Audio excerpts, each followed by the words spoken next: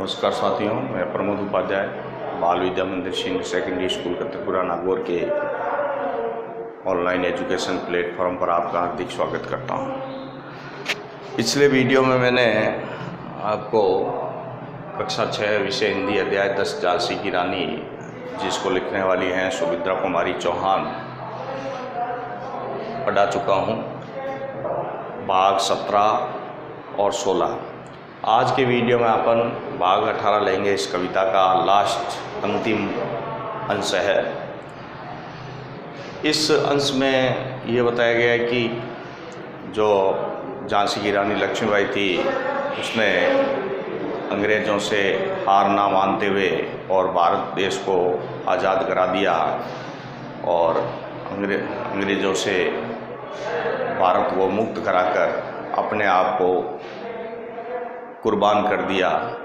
तो उस कुर्बानी को, झांसी की रानी लक्ष्मीबाई के इस बलिदान को कवयित्री ने बताया कि हमें उनका जो बलिदान है उसको याद रखना चाहिए, कभी नहीं भूलना चाहिए। आइए देखते हैं इसमें क्या लिखा हुआ है। जाओ रानी, याद रखेंगे हम कृतज्ञ भारतवासी। कवयित्री कहती हैं कि रानी जो लोग सिधार गई हैं, उनकी हमेशा हम बातों को याद रखेंगे और हम उनके जो कृतज्ञ हैं, हम उसके आभारी रहेंगे। हमेशा भारतवासी उनको याद करते रहेंगे। उन्होंने जो कुछ भी हमारे लिए किया है, भारत देश को आज़ाद किया है और भारत के लोगों को अंग्रेज़ों से मुक्त कराया है, उसके लिए हम उनके आभारी रहेंगे। ये तेरा बलिदान जगावेगा स्वतंत्रता अविनाशी।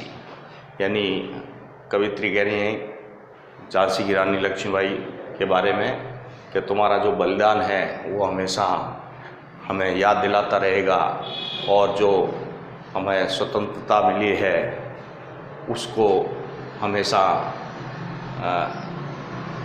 उसके प्रति हमेशा हम जागरूक रहेंगे। अविनाशी यानी जिसका इस स्वतंत्रता का जिसका विनाश नहीं हो सकता, इस प्रकार हमारे मन के अंदर ये भाव जगे रहेंगे कि हमें भारत को स्वतंत्र रहना है और आज़ादी से रहना है। तो इस प्रकार उन्होंने कवयित्री ने बताया कि तुम्हारा जो बलिदान है वो हमेशा हमें इस स्वतंत्रता की याद दिलाता रहेगा। होवे चुप इतिहास, लगे सच्चाई को चाहे फांसी। कवयित्री कह रही हैं कि होवे चुप इतिहास, चाहे भले ही इतिहास बीता हुआ जो समय है चुप हो जाए या भूल जाए, लगे सच्चाई को चाहे फांसी, और चाहे सच्चाई को भूल जाए, फांसी का मतलब भूल जाए।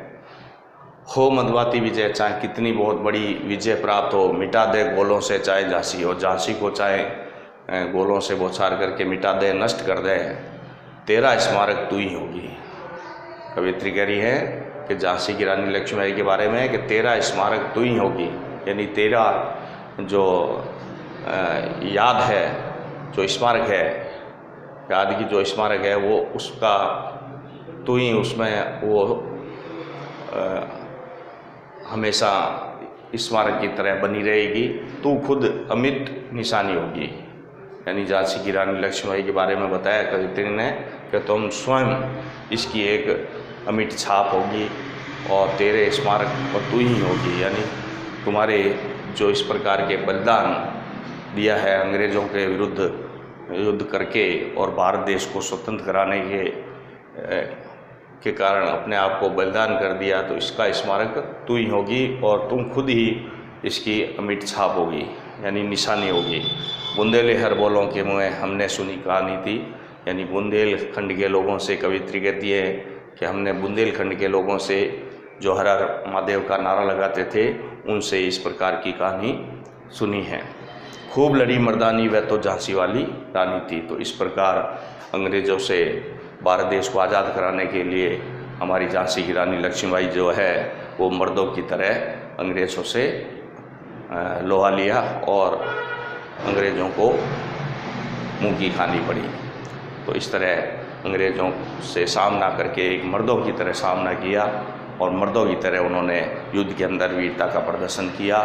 तो इस तरीके से हमारे भारत देश के जो लोग हैं वो अंग्रेजी शासन से स्वतंत्र हुए। तो इस प्रकार झांसी की रानी लक्ष्मीबाई के बारे में कवयित्री ने बताया कि उनको हमेशा मन में याद रखा जाएगा और उनके बलिदान को हमेशा याद रखा जाएगा कि किस प्रकार उन्होंने भारत देश को अंग्रेज़ों से स्वतंत्र कराने में अपना जीवन दान किया था।